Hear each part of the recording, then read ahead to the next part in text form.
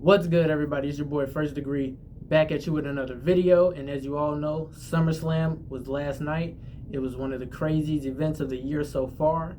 We had, factions imploding. We had a lot of title changes, and we had some crazy returns. So without further ado, let's get right to it in this video. One of the biggest things talked about by far last night was Dom Mysterio siding with Liv Morgan and turning on Rhea Ripley in the Women's World Heavyweight Championship match. The match itself was, one of the better ones of the night for sure. Rhea Ripley, came out trying to go crazy and take Liv's head off due to, months of antagonizing, being injured, being put on the shelf by Liv Morgan. Liv trying to take Dirty Dom Mysterio away from her the entire time Rhea was out. So this was her moment for redemption. But just like, a lot of us predicted, Dom Mysterio went and turned on Rhea Ripley.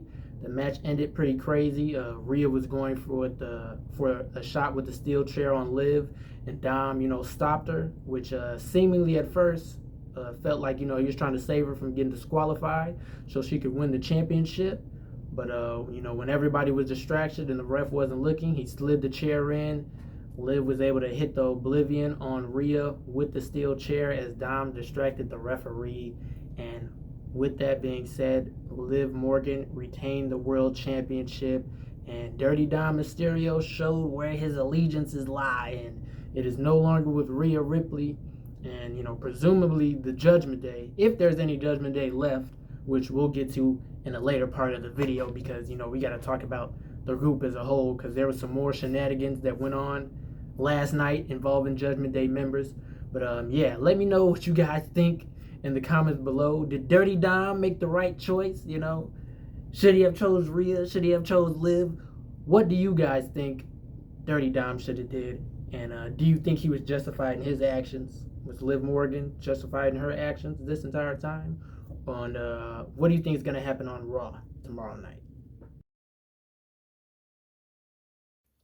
As I mentioned earlier, as far as title changes go, we had those in plentiful. Braun Breaker beat Sami Zayn to get his first championship on the main roster. Braun Breaker has been going absolutely ballistic ever since he debuted, and him as Intercontinental Champion, I'm sure is going to be one of the more entertaining runs this year. And he's got a really good pool of guys who he can defend against. Excuse me. You got guys like, Xavier Woods on the roster. You got Bronson Reed. You got Eli Dragunov. You got a lot of guys in that mid-card scene. Even Jey Uso, who's kind of, toast the line between mid-card and challenging for the main, world championship. You got the Sami Zayn trilogy that they could do. Like, I'm really excited for Braun Breaker, what he can do with the Intercontinental Championship. I think it was the right choice. I think Sami had a really good reign, but I think it's time for Sami's character to move in a different direction. Hopefully, towards, World Championship or WWE Championship gold if they, move him around from Raw or SmackDown. Also, another title change tonight in the mid card. LA Knight finally gets his first single championship in WWE. I mean, technically, he had the $1 million belt, but that wasn't really something that was won or lost. It's kind of a gimmicky belt that was in NXT. But yeah, nonetheless, first main championship on the main roster. I'm really glad he beat Logan Paul. Logan Paul, great athlete, one of the better celeb athletes in WWE for sure.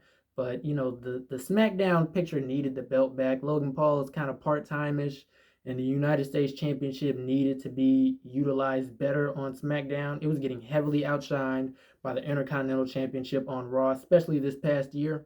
And with guys like, Santos Escobar, Carmelo Hayes, LA Knight, even, the Tama Tonga Lohan brothers, you got Jacob Fatu lingering in the background. There's a lot of guys, LA Knight could mix it up with over that U.S. title. So I think that was also a really good choice.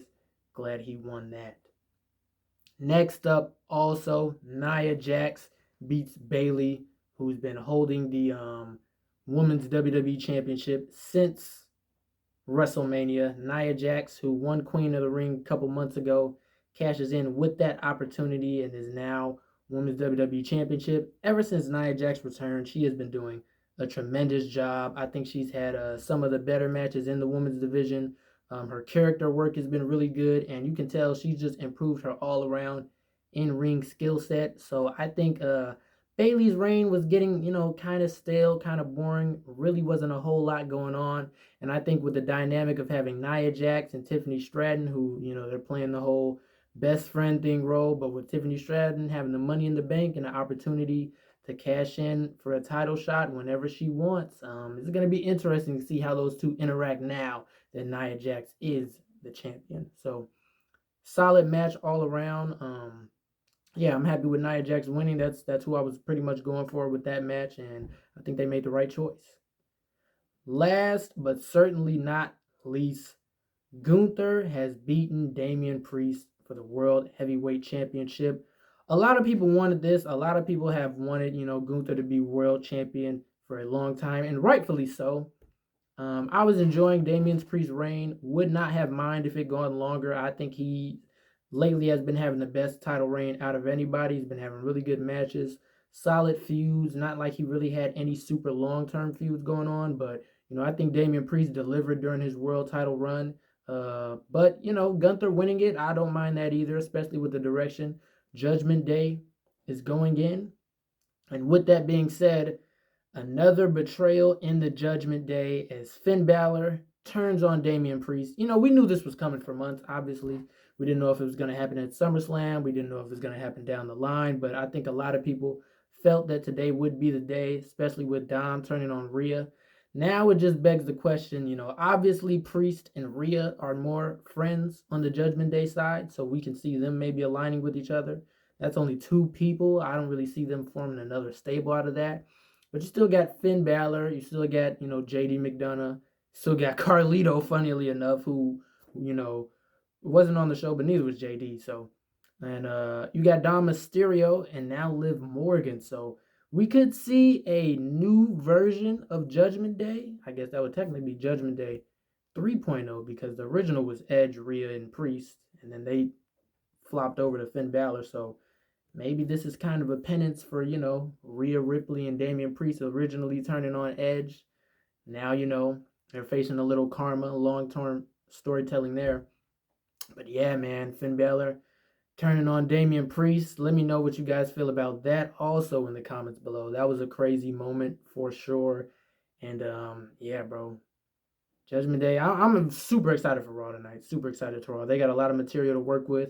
But yeah, man, that's as far as it goes for the title changes. But we got a lot more to talk about that happened in SummerSlam, and we're gonna get right into that.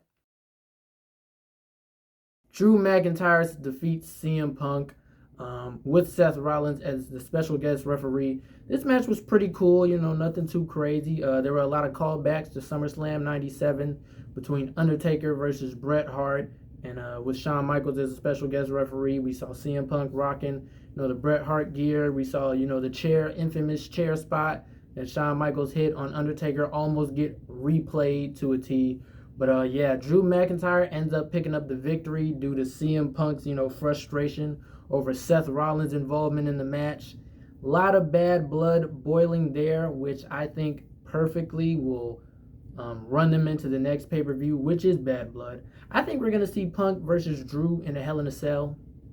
That's my prediction, just due to, Hell in a Cell originating at the Bad Blood pay-per-view between Shawn Michaels and The Undertaker. There's definitely going to be a Hell in a Cell somewhere in there, even if it's not Punk and Drew. But with the way this rivalry has been going, with the way they build it up as the most heated rivalry in the company currently, I see Drew McIntyre, CM Punk, Hell in a Cell match for sure. They've just gotten so personal with each other that I think that's, the smart way to end it off, and it would be a good callback in history for the pay-per-view coming back for after a long time. The king has returned. And to end the night, we had the return of the tribal chief, Roman Reigns. I mean, let's be honest, we all knew this was coming. Solo Sikoa has been running a very, ballistic bloodline. They've been, taking people out, crashing out on Paul Heyman, crashing out on Jimmy Uso, crashing out all over the place, taking Randy Orton out, Kevin Owens out. who also returned tonight to aid Cody against the Tongaloan brothers. But then Jacob Fatu, who's been the equalizer for this newest iteration of the Bloodline, took out Cody Rhodes, hit a major splash on the announce table, and seems to have injured himself. I'm really praying that was just a work, because Jacob Fatu, he just debuted, just won a championship. One of the best workers in the company for sure, and that eventual interaction between him and Roman Reigns is going to be legendary. But yeah, Roman Reigns coming back, spearing Solo Sikoa, taking him out, having the stare down with Cody Rhodes, basically to let him know, like, look, I may have bloodline business to deal with right now, but I am coming back for my WWE Championship the moment, I get this all cleared up. But we'll see.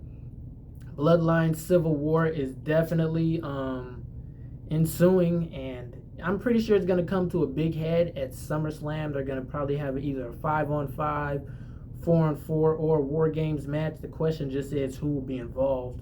I think obviously Jimmy and Jay will have to be entangled in this somehow. Could we see The Rock return in ring or make an appearance, during one of those big events? Solo's pretty much got his team, geared up. So 4v4 looks about right. You also got Sami Zayn, who is an honorary Uso. It would be cool if they implemented him into the storyline somehow.